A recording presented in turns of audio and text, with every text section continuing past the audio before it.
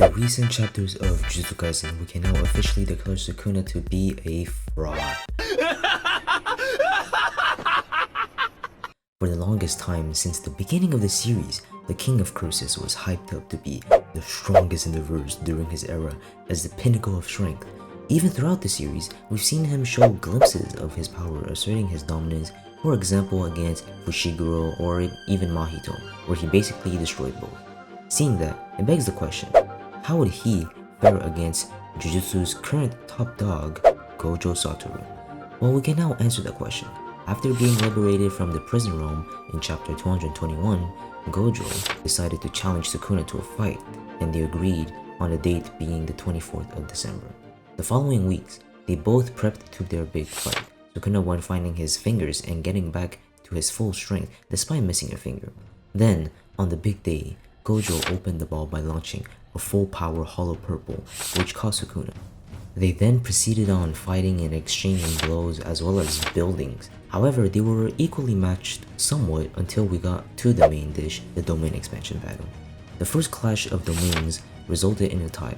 However, due to Sukuna's domain not having a barrier, he was able to enclose it and break Gojo's domain from the outside, since usually domains are weak to attacks from the outside. Since Gojo was unaware of Sukuna's domain properties, he wasn't able to counter them, so Sukuna scored the first point.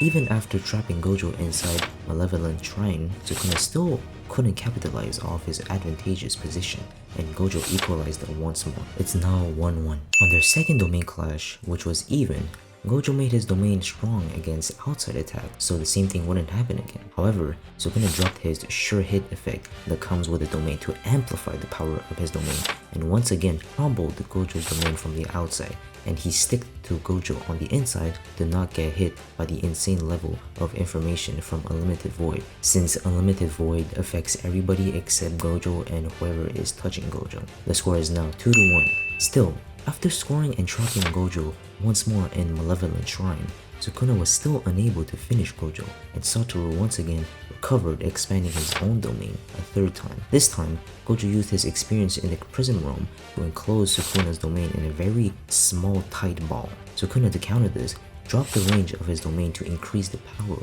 in order to break Unlimited Void, which he managed to do. However, during that time, Gojo managed to damage the King of Curses enough to a point where his own domain would break, resulting in a tie. The score is now 3-2 in favor of Sukuna. On their fourth domain clash, the result was pretty much the same as the third. Sukuna managed to break Gojo's domain from the outside, and Gojo beat up Sukuna from the inside.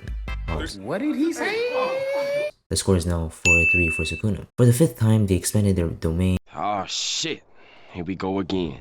But this time, Gojo Satoru was faster, by less than 0.01 second. But Unlimited Void hit, and Sukuna got packed. 4-4, Gojo equalized. All his trash talking before the fight was all talk, it seemed, but then Sukuna activated his secret weapon, aka fraudulent behavior, and summoned Maharaga, a powerful Shikigami.